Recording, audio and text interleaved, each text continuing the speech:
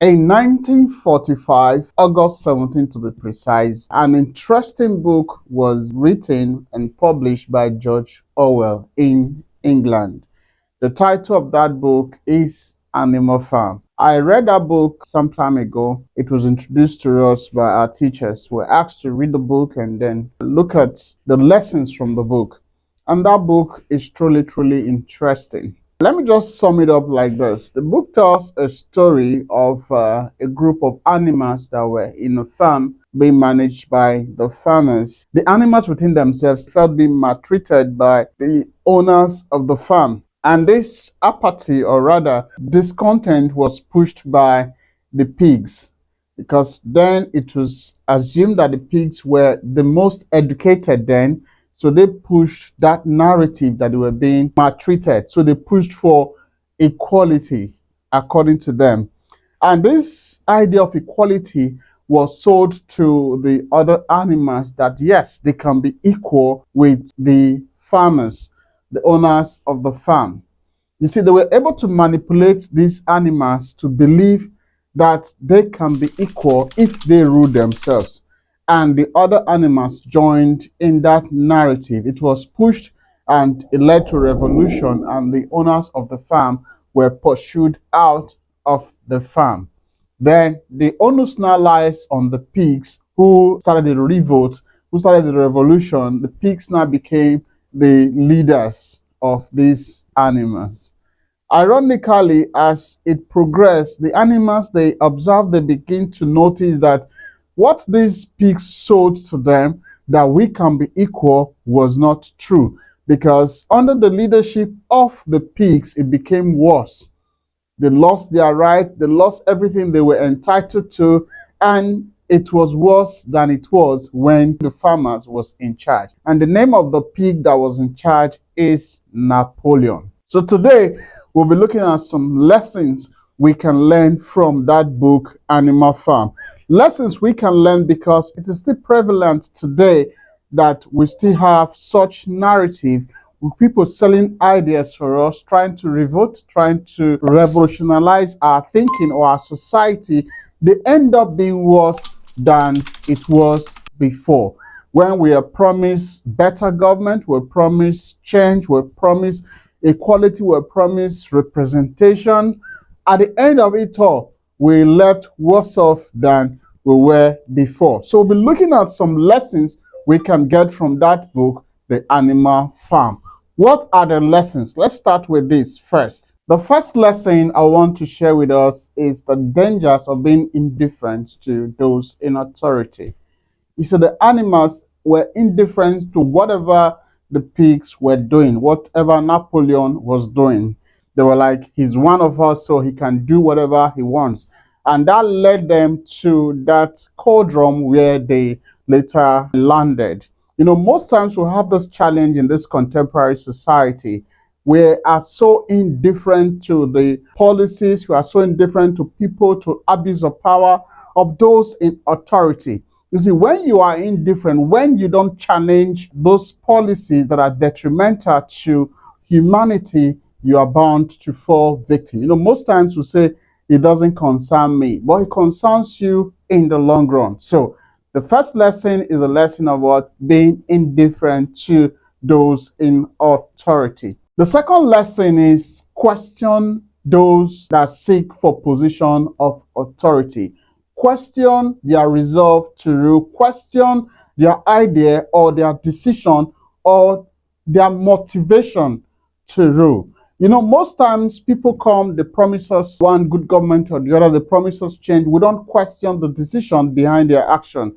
And so when they finally get to that position, you see them performing, becoming a challenge. The third thing we want to talk about is very, very simple. If you read the story, you're going to attest to the fact that the pigs were more educated. And so they took advantage of those less educated animals. So the third lesson we should learn is this. Let's drive to be educated. Let's drive to be literate. When you are educated and you're literate, it is rare for them to take advantage of you, especially those in authority. Because if you are not educated, if you are not knowledgeable, you are not literate enough, They can sell any idea that will be detrimental to you. That is the third lesson. The fourth lesson from that book is power corrupts. We're made to understand that power corrupts and absolute power corrupts absolutely. It is important we know this. Pigs were one of them, identified with them, but immediately the pigs got power, they were corrupted and then they saw themselves differently. We should note that. You can attest to the fact, those people you think are your friends, you started with, you see, once they get into position of authority, you see, they rarely pick your calls, they rarely listen to you, they rarely visit, you understand, except when they need you. So it gives us an idea that people want to put in positions of authority. We should be very, very, very conscious of the kind of people that will retain their integrity when they get to such position. The next lesson to make us understand is that propaganda is being used by most people in authority to disrupt our activity and unity. Propaganda is not very good. You see, the pigs use this to their advantage. They sold different narrative and the other animals simply believe them, especially when it comes to people that want to oppose the authority. The pigs started raising different propaganda, telling different story. What it means is that when you hear some things, don't just take them hook, line, and sinker. Try to decipher, read between the lines, and be sure that you have the right information. Another lesson that we can learn from that interesting book is that history can be manipulated. Yes, history can be manipulated. I wouldn't want to go into some of the histories that we have around us, have been flying around, but don't just take things because you heard them. Try to read in between the lines. What the pigs did, the pigs manipulated the history. They told different stories, different narratives to suit their pursuit. Yes, and that is what is happening with most people that are in authority. You see them bringing different narrative, trying to tell you history that never was, trying to formulate their own history. And when you take this hook, line, and sinker, you see yourself having hatred for people you should not have hatred for, because they will change the story, they will change the narrative, and it will affect your perception of things around you. The next lesson I want to talk about is the need for us to speak up. Silence is very, very detrimental to our total human existence. When those people in authority or when those in government, when they do things that you think are wrong, that are inhuman, you should learn to speak up. The challenge we're having basically from that book is that most of us prefer to be silent. We say, it doesn't concern me, it doesn't concern me, it's not affecting me.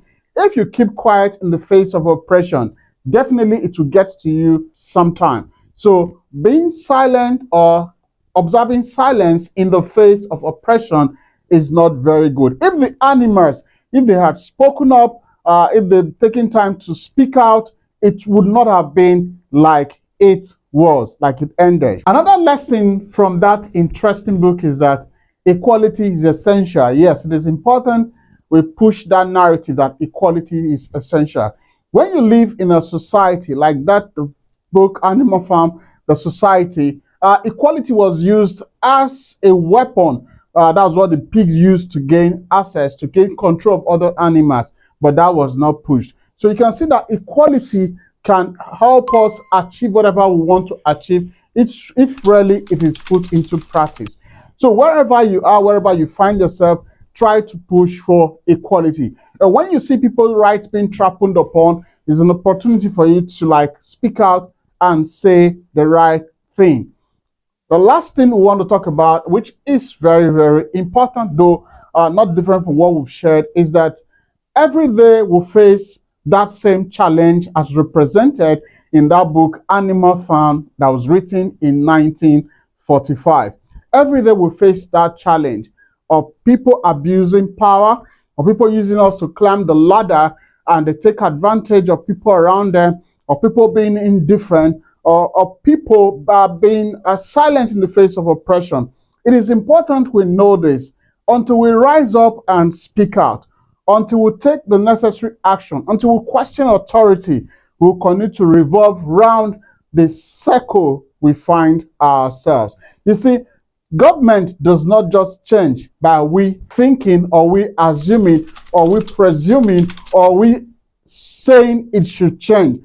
We need to take action and do the things that are necessary for government to change. It is you and I that is the government. We need to learn to take our place. We need to question authority. We need to question things that we know that are not good and detrimental to humanity. Until we speak out, until we take our place, until we rise up, we'll continue to wallow in this same state where we find ourselves. It is our responsibility to do the right thing. Your responsibility and my responsibility makes the country or makes the society a better place. Let's play our roles the way it is supposed to be.